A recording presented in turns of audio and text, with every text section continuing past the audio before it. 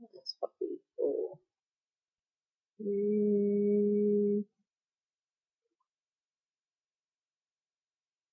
Hmm, mandor ya bisa dikatakan manajemen tingkat bawah. Karena dia langsung kan yang berhubungan dengan pekerjanya. Mas Saiful Mujab kok demen banget dengan kata leader. Leader itu pemimpin, itu secara keseluruhan. Ada apa dengan kata leader? Kepala toko. Bisa dikatakan ya. Ini maksudnya kepala toko apa? Manajemen tingkat bawah. Ya selagi hierarki apa hubungannya dengan Okam? Enggak Okam.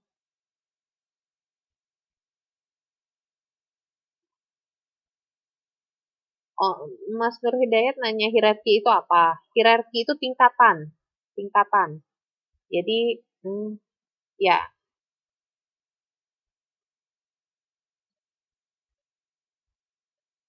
intinya manajemen tingkat bawah itu dia biasanya pemimpin yang langsung membawahi karyawannya langsung. Karyawan yang tingkat bawah, karyawan yang paling awal gitu kan, first line. Nah, itu itu dia manajemen tingkat bawah. Ya, selagi dia tugasnya adalah mengawasi atau langsung memimpin yang ini ya, dia berarti berada di manajemen bawah. Ya, oke. Sudah pahamkah yang ini yang berdasarkan hierarki. Nah, kita masuk yang berdasarkan fungsi. Kalau manajemen yang berdasarkan fungsi itu ya emang berdasarkan fungsinya. Contoh, manajer umum, manajer fungsional. Nah, itu fungsinya kalau yang manajer umum itu biasanya mengawasi unit-unit tertentu yang mempunyai beberapa bidang sekaligus. Contohnya manajer suatu divisi itu merupakan manajer umum.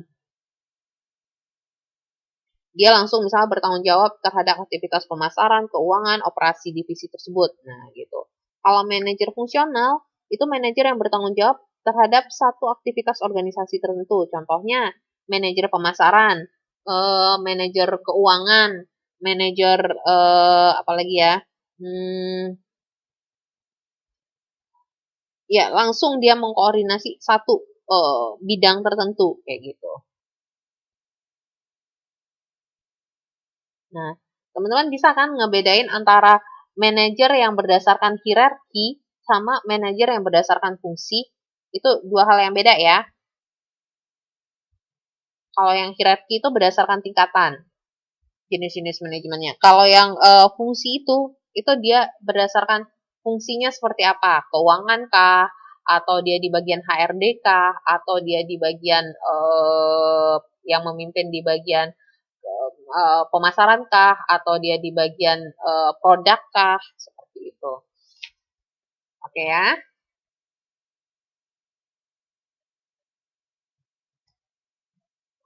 Untuk lebih jelasnya itu bisa teman-teman lihat di halaman 1.19. Oh, ini tentang ini 119 itu gambar tentang manajemen manajemen ini yang berdasarkan hierarki beserta keterampilan apa yang harus dimilikinya. Nah, yang kalau misalnya manajemen tingkat atas itu konseptual, keterampilannya biasanya konseptual. Kalau misalnya manajemen tingkat menengah itu keterampilan manusiawi, manusiawi, memanage manusia lah, memanage human research-nya.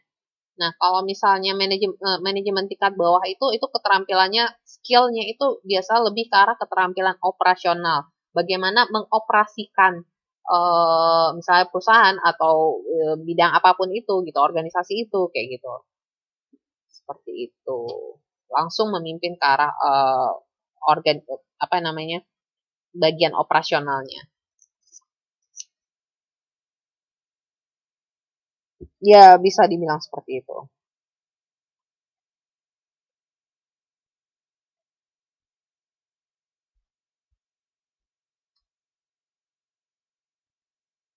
Konseptual itu yang konsep mengkonsep gimana ya?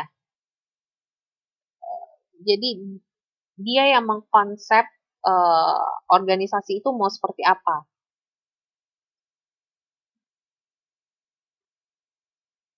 Merencanakan kayaknya kurang pas juga sebentar.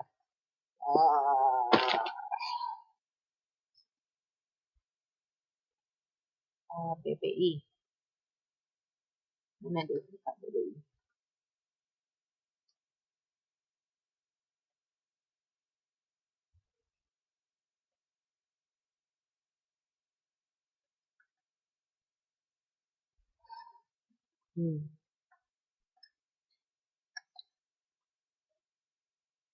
Saya.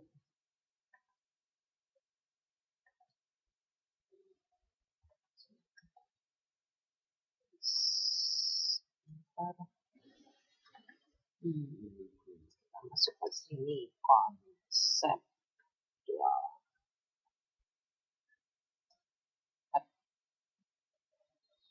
Konseptual itu berhubungan dengan konsep.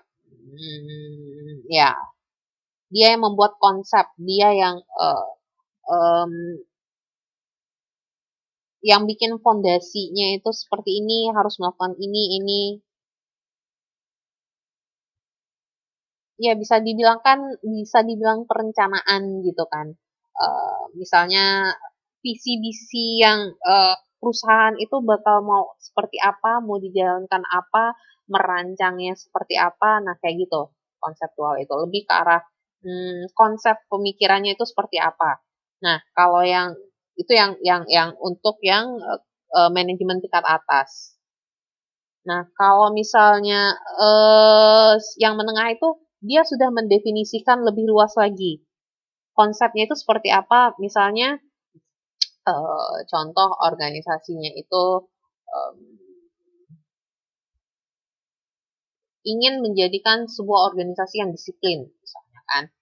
Ya, yang organisasi menengah ini dibuatlah aturan-aturan. Disiplinnya seperti apa? Misalnya dari segi pakaian seperti ini, dari segi waktu harus tepat waktu, mungkin dari segi apalagi ya, dari segi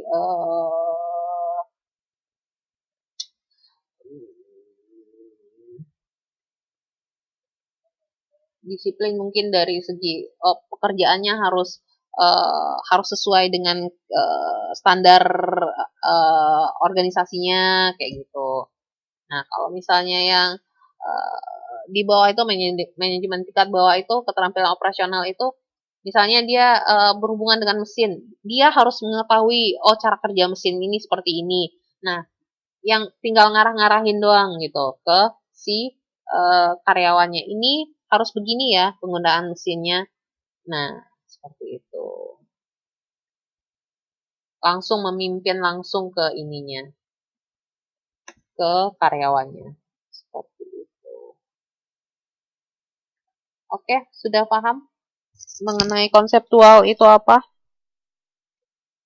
Saya sudah membandingkannya dengan konseptual, keterampilan manusiawi dan keterampilan operasional kan. Kita lanjut ya. Oke. Peranan manajerial.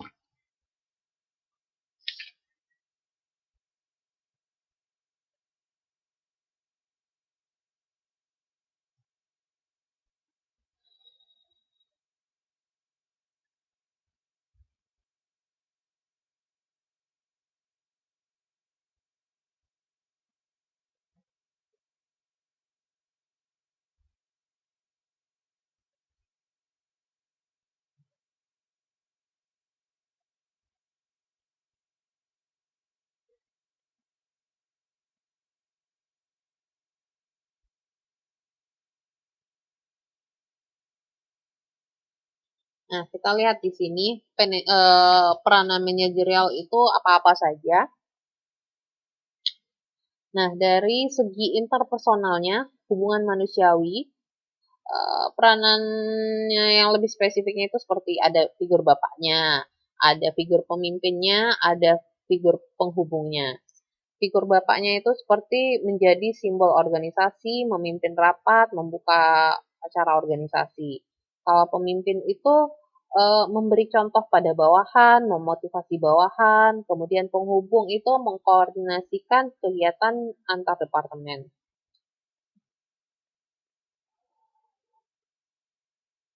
Kalau peranan informasi itu secara spesifiknya ada peranan monitornya, diseminatornya, kemudian juru bicaranya. Nah, yang monitor tuh maksudnya monitor atau mengawasi kegiatan dalam organisasi, kemudian kalau yang diseminator itu menyebarluaskan informasi kepada anggota organisasi. Kemudian yang juru bicara itu menjadi wakil organisasi dan memberi pidato dalam acara kemasyarakatan. Nah, kalau yang pengambilan keputusan itu misalnya peranan spesifik kewirausahaan, misalnya membuat keputusan untuk mendorong pertumbuhan perusahaan, seperti membuat produk baru dan melakukan ekspansi usaha. Kemudian peranan penyelesaian gangguan itu misalnya contohnya menyelesaikan gangguan yang timbul. Kemudian pembagi sumber daya, misalnya membagi sumber daya dalam organisasi, misalnya yang ini untuk anggaran untuk departemen serta menentukan gaji dan bonus karyawan. Kemudian perunding, itu melakukan perunding dengan pihak yang berkaitan dengan organisasi, misalnya berunding dengan pemasok atau distributor. Peranan Bapak itu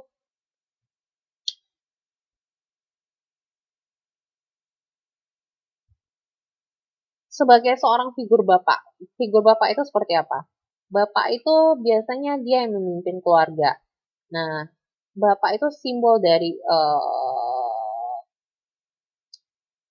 keluarga gitu kan. Dia yang biasanya memimpin, dia yang mengayomi. Nah, seperti itu. Kalau yang pemimpin itu kan misalnya kayak yang memberi contoh kepada bawahannya gitu kan, memotivasi bawahannya. Ya ada figur bapaknya sih dari seharusnya dari seorang seorang apa namanya pemimpin itu. Ekspansi itu memperluas Mbak Rina, mengekspansi, memperluas. Nah, seperti itu.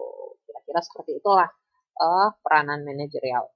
Nanti teman-teman baca lagi ya di tabel 1.3 halaman 1.21. Kita lanjut ke perkembangan teori dan pemikiran manajemen.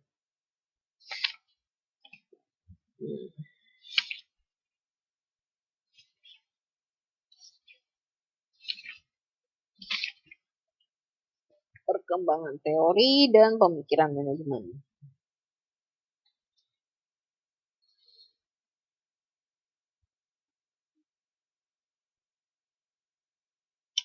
Teori manajemen itu gunanya buat apa? Halaman berapa? Itu halaman bentar. Awal kegiatan belajar 2. 1.32 kayaknya.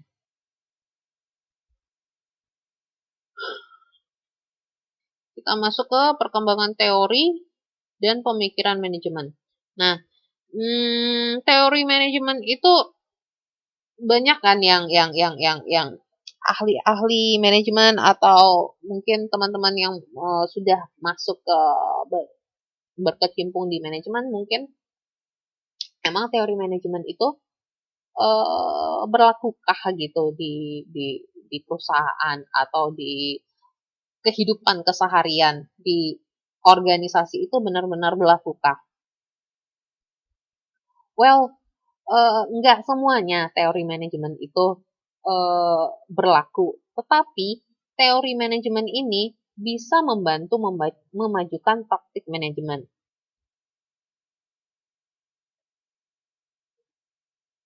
Ya.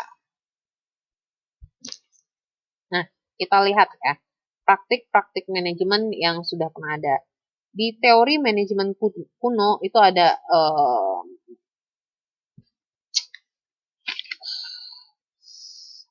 Mesir kuno gitu kan, menghasilkan yang seperti piramid. piramid itu bisa ada karena ada orang yang memanage sekian banyak orang, mungkin ratusan ribu orang, mungkin puluhan ribu orang, untuk bisa membangun apa namanya, piramid itu. Iya, piramid itu nggak mungkin bisa bisa eh, terbangun bisa terbangun kayak sedemikian rupa kalau nggak di-manage dengan baik oleh seseorang pemimpin. Nah, ada yang membangun, oh ini ada yang merancang, kemudian ada yang bawa batunya, ada yang oh nempat-nempatin waktunya. Kemudian kita masuk ke Machiavelli. Machiavelli ini dia pemikir dari Italia yang merumuskan beberapa prinsip manajemen dalam bukunya Discourses yang ditulis pada tahun 1531. Nah, dia menulis beberapa prinsip yang relevan dengan manajemen kontemporer seperti berikut.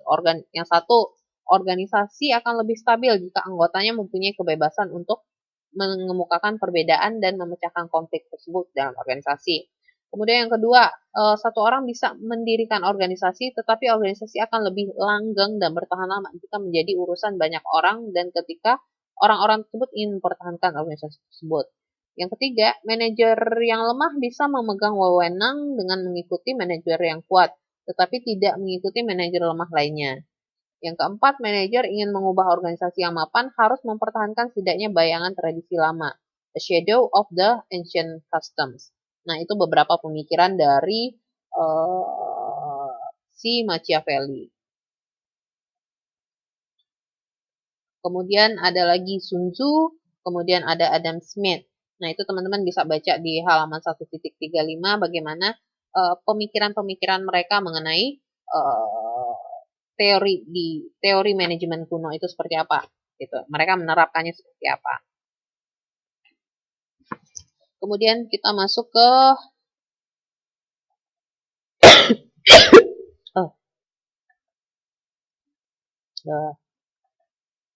kita masuk ke teori manajemen klasik.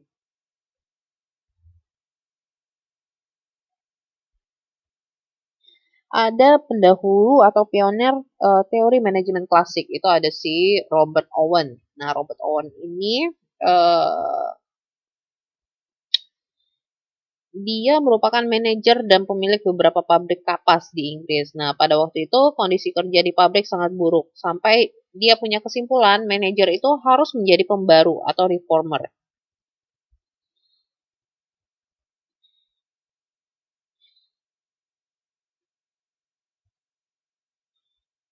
Nah, di sini itu si Owen itu memperkenalkan sistem penilaian terbuka dan dilakukan setiap hari. Dengan cara semacam itu, si manajer diharapkan bisa melokalisasikan masalah yang ada dengan cepat. Kemudian cara semacam itu juga membuat pekerja berprestasi menjadi bangga karena namanya dikenal ke pekerja lain. Nah, dia dia mencoba untuk melakukan bagaimana memecahkan masalah itu secara bersama-sama. Hmm,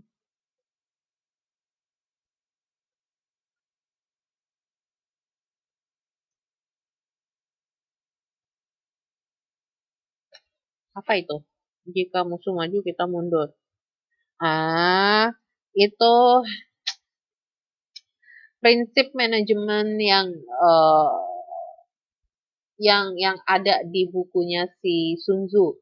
Sun Tzu ini dia penulis The Art of Wars, itu bukunya seni berperang. Nah, dalam salah satu prinsipnya dia dalam memanage peperangan itu, jika musuh maju, kita mundur.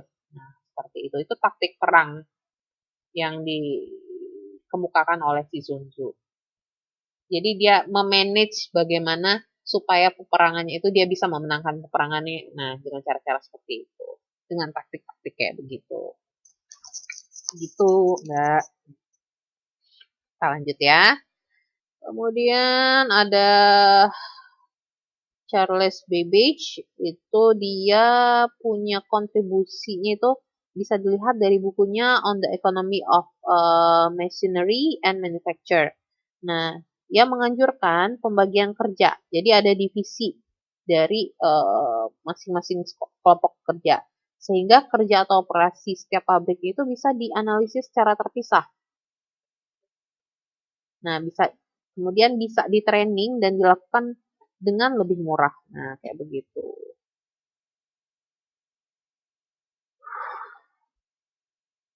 Oh, ini tuh.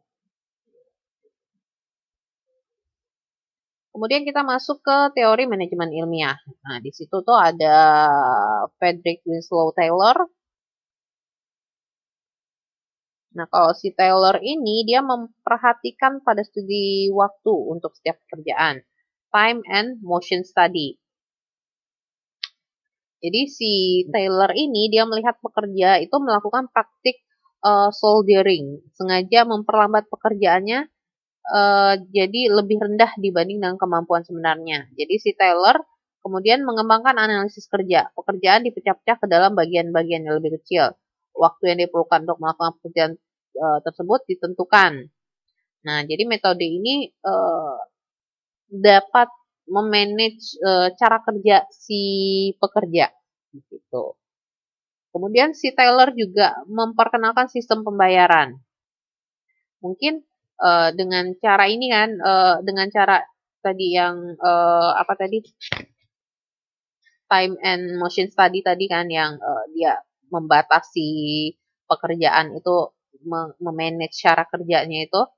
Nah, terlihat kan mana yang pekerja yang uh, hasil kerjanya bagus, dia baik secara quality baik maupun quantity, nah itu diberikan pembayaran yang lebih. Jadi dengan adanya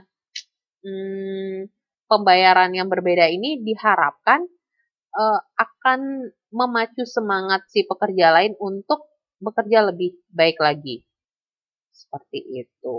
Itu pemikiran dari si Taylor. Kemudian kita masuk ke ada beberapa lagi sih yang dari Frank Gilbert, ada yang Henry L. Gann. Nah, itu teman-teman bisa baca lagi nanti di bukunya. Kemudian kita masuk ke teori organisasi klasik. Kalau teori organisasi klasik, itu coba kita lihat di alamnya. Teori ini si Henry Fayol yang ininya. Itu teman-teman bisa lihat di halaman 1.43.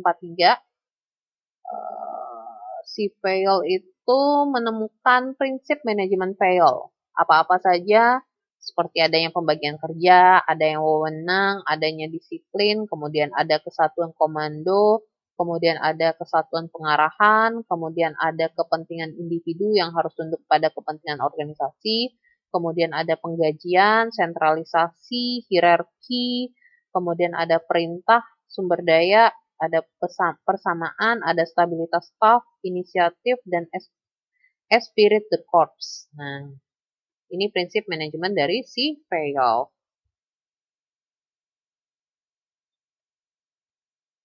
Maksudnya 1.38.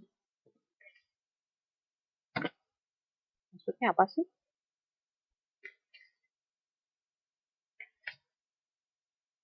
Bukunya nggak ada gitu.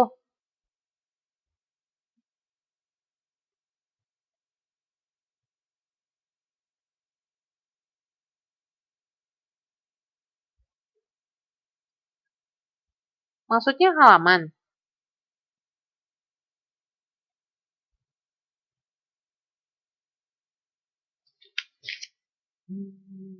Ini halamannya atau apa sih?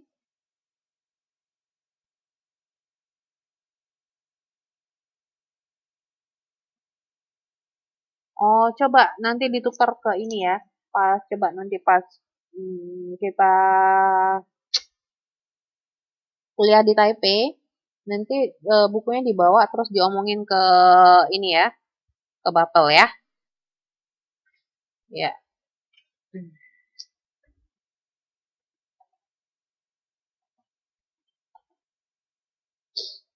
Oke, kita masuk ke aliran perilaku sekarang ya.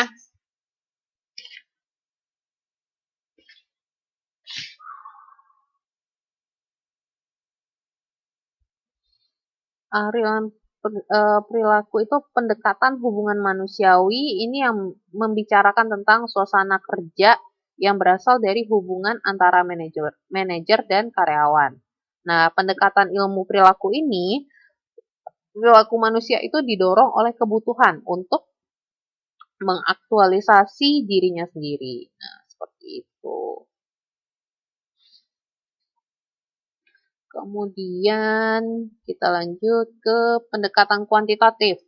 Nah, pendekatan kuantitatif itu contohnya manajemen operasi, pengendalian persediaan, EOQ, kemudian ada simulasi, kemudian ada program linear dan lain-lain. Nah, itu pendekatan kuantitatif, pendekatan lebih ke arah penghitungan secara matematika.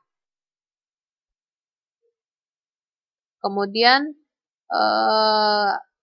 ada positif negatifnya dari pendekatan kuantitatif ini. Positifnya itu memberikan sumbangan penting, terutama dalam perencanaan dan pengendalian.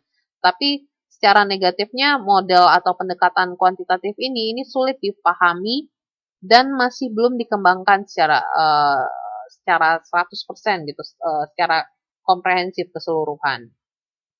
Jadi masih butuh dikembangkan lagi. Kemudian teori manajemen kontemporer.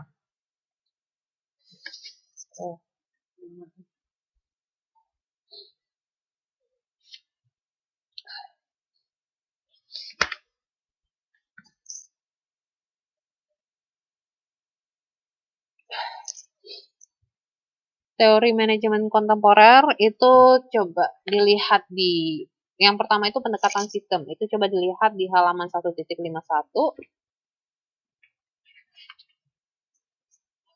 Pendekatan sistem itu coba dilihat di halaman gambar 1.8. Itu ada input organisasi itu biasanya contohnya seperti bahan mentah, bisa manusianya, bisa modal keuangan dan organisasi informasi. Kemudian itu tuh masukkan dalam proses transformasi kegiatan organisasi, contohnya adalah sistem produksi, sistem pengendalian, dan administrasi. Kemudian menghasilkan apa? Produk, keuntungan, dan informasi. Kemudian diumpan balik lagi. Itu memberikan masukan ke input untuk proses transformasi berikutnya. Seperti itu.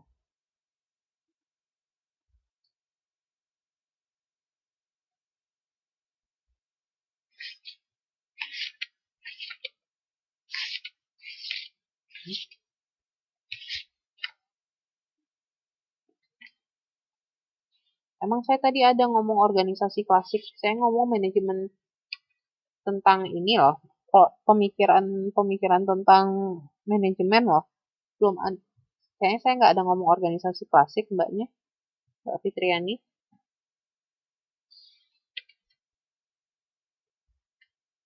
Halaman berapa? Yang bilang organisasi klasik?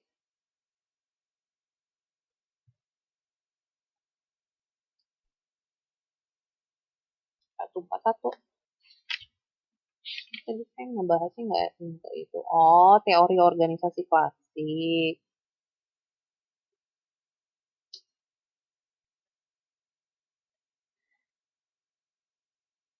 Maksudnya teorinya. Aing.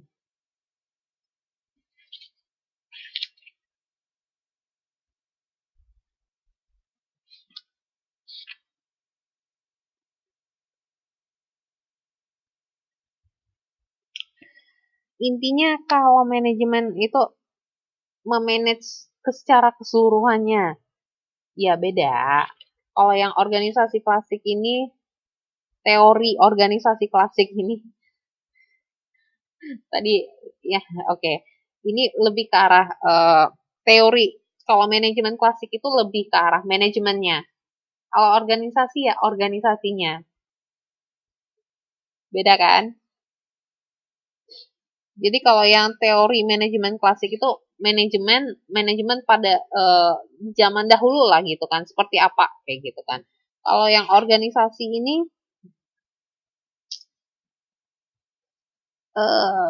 even waktu zaman manajemen